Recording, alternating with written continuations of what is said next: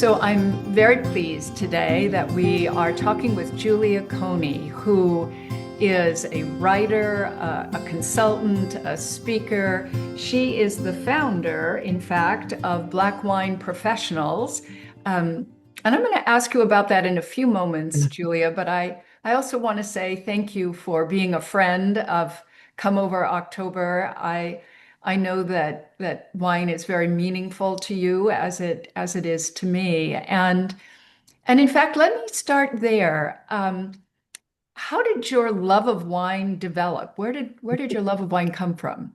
I was in my 20s and I was working for a law firm as a paralegal, and the attorney I worked with had just been to Napa. Now, this is 1999. I'm not thinking about working in wine at all. I just know he had a barbecue at his house and he paired some Napa Valley wines and some Sonoma wines with brisket, Texas ribs, and pulled pork sandwiches. And I couldn't understand why I was tasting notes now that I know they're notes, but cherry and everything. And I'm asking the same question most people ask. How did the cherries get into the wine? Why am I, because my family didn't drink. Wine wasn't a part of my lifestyle, and growing up in the South in Houston and my family, like it wasn't a thing that they did. They went out and they would have an occasional like pina colada or Bloody Mary, but it was never an everyday thing. So that moment for me, I always like to say I went from a lot of margaritas to a lot of wine in my 20s. And I just kept learning and visiting wine regions and just was curious. I would go to Specs and do the any, meeny, miny, mo like everyone does. Okay, this label looks good. Let me buy it. And that's how I started. It is true that wine has this amazing ability to kind of make us want to know more about it. Yes, You feel like, okay, I'm surrendering myself. I'm on the train now. I see where it's going. Yeah. it's a Um, bug. yeah, It's a it bug. is. Well, seriously though, do you think that wine in a sense has social value, that it's important in a culture, in a society? I think wine is so important because it's history, it's so much going on. It is culture, but there is just something about breaking bread with Mm. people. And I don't care what that bread is. It doesn't literally have to be bread. It could be snacks, it could be cheese, it could be charcuterie. There's something about having wine at a table and you're talking and lingering for hours and time just kind of fades. There's that moment where, yes, we have a bottle and we're talking about it. And then the curiosity starts for someone who may not know. And I deal with a lot of consumers. And I think if we present wine as that moment and time where you're just eating whatever you're eating and you're just sitting down and you're just enjoying it, then to me, wine has a place. It has to have a place. It can't not have a place. Yeah. Well, that we do know that, and that's the life sort of we live Mhm. in and treasure. But I wonder how you think we tell that excitement, that possibility to new and younger and perhaps even more diverse audiences. How do we take what we love and get other people to love it too? I think when we show them emotionally, I think sometimes like wine can seem kind of boring and staid. But I recently led a group trip to Portugal and it was all about food and wine. And when I like the wine so much, I kind of do like a little shimmy. You just kind of, ooh. And it made people who had never really understood wine and food pairings and why we want a certain wine and also glassware. Once we go down those funny little rabbit holes, they got excited because I was excited.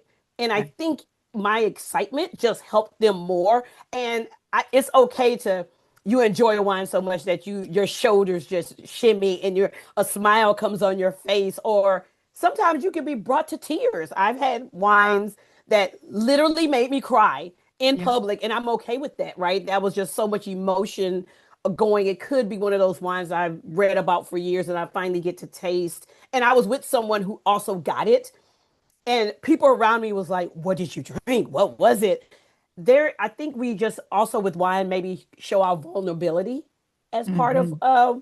with wine, that we don't have all the answers, that sometimes we get the facts wrong. Sometimes things change, laws change, dates change, grapes change. And I think just showing people in all our audiences how, like, yes, we have this thing that we love and is part of our job, but in our everyday life is something that we do.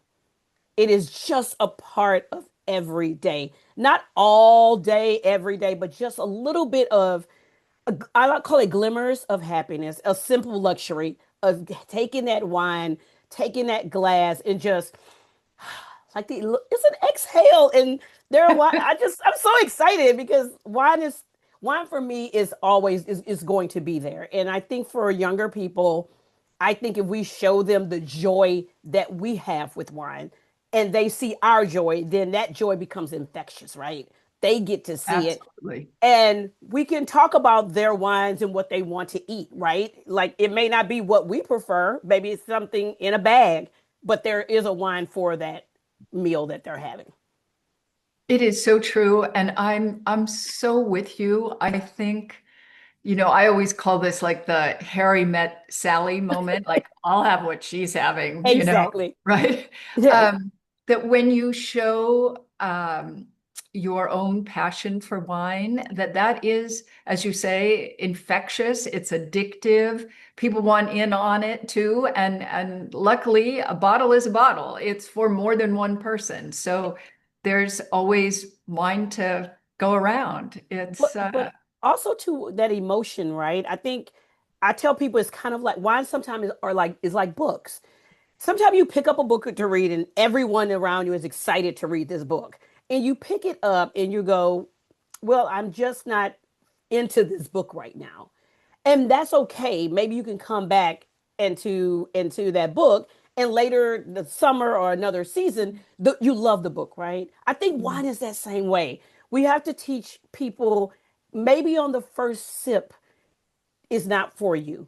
But think about what this goes with food. I think a lot of times people taste wine and there's no food around, and it's really hard to have that context of sitting down, opening the bottle, no one's in a rush, and that is a place too, right? And wine has that emotion. There are wines you have on vacation with friends that you have a certain affinity to, than a wine maybe you had at a restaurant and you were just having dinner on a Tuesday night. Those are great wines, but I also think the surrounding. So bringing people back is like in the South, we call them supper, Sunday suppers and things like that, and enjoying that with people. And then you're sitting down.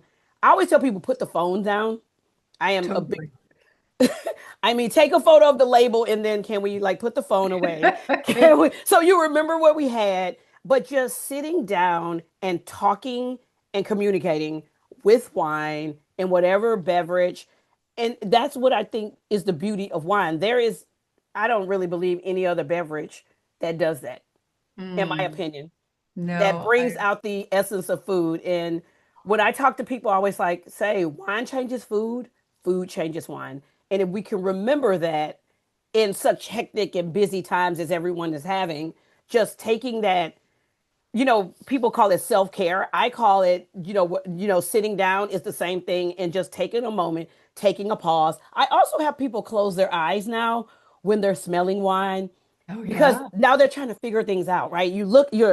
It's so much going on, right? We're in a wine region. The wine is flowing. It's a grape. Maybe you've never heard of that grape. But then how do we just close our eyes and take a smell, take that pause, and just, and Mm, then know that when the wine gets a little more air, now we have another aroma happening. Then we take a sip. And I walk people slowly through that process right, because I don't want them to just chug wine, right? right. I want them to enjoy it. And I always say, drink better, but drink less now.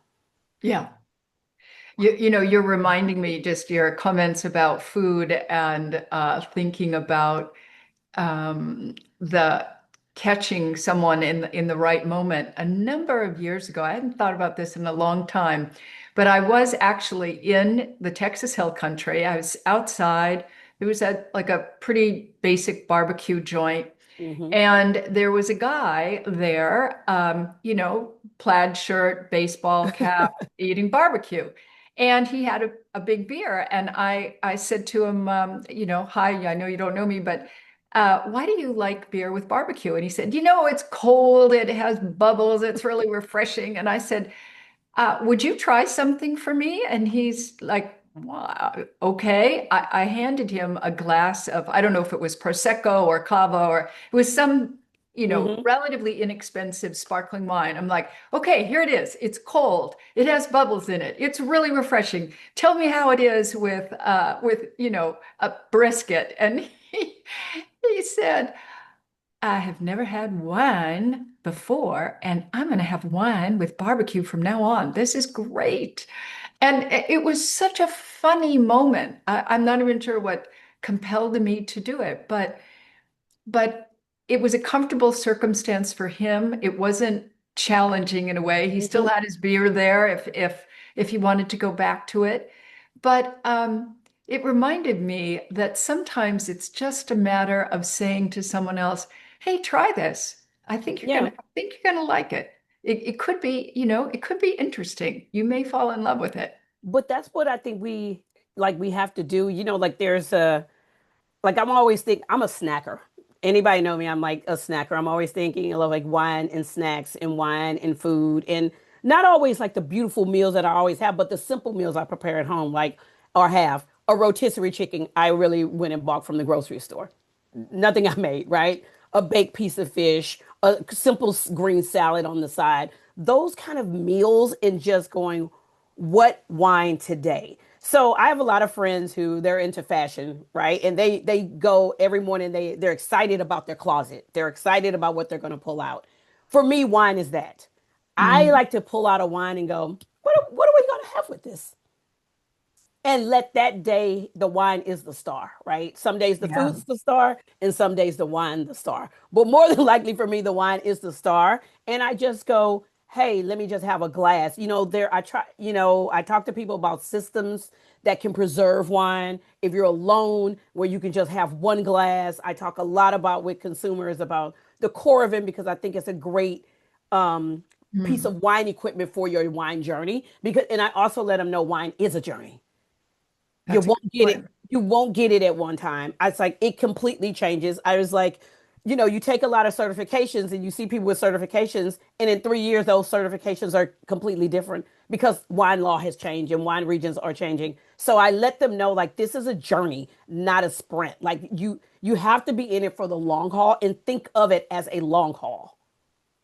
That's right. That's right. And a delicious long haul. A So delicious long haul. it's not onerous. It's not like, math homework or something. No. I mean, it's pretty good. So Julia, tell me about founding Black Wine Professionals and sort of what you're doing with that group today.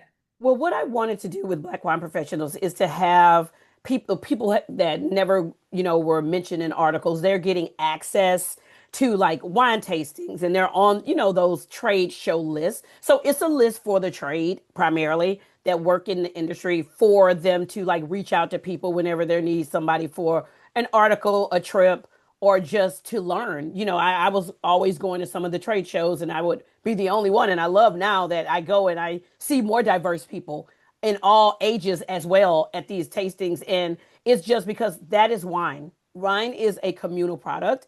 And in order for it to continue to be communal, we have to have the community, and the community just looks like the world. And that is why I started it. That is beautifully said. Yes, a communal product needs a community, and the Yes. community is the world. Yes, Lord. Yeah, beautifully said. All right, let me ask one more question for you. I'm looking at my notes as I was thinking about our Mhm. conversation today. Um, I'm wondering if I hear the word authenticity a lot today, and people say, that among the things that they value is authenticity. And I think to myself, that's wine, right? Wine is an authentic beverage. But then I have been turning around in my mind, what is authenticity with wine? And And is wine truly an authentic beverage? I'm wondering if you have a thought on that. Well, ooh, I have I know several it's an thoughts. easy question. That's an easy Okay. question. I think wine can be authentic, authentic to its place, Mm, authentic to its region, authentic to the grape and what the grape is showing, right? I think that there is so much wine now, and like people are making wine, more people are approaching wine. I think it can be a good thing for the industry, but also at the same time for consumers, I think it might be a bad thing. They might, if they're starting out, they don't know where to go, right? In mm, terms of you walk into a store and it's so much wine, you look up, you look down, where do I go?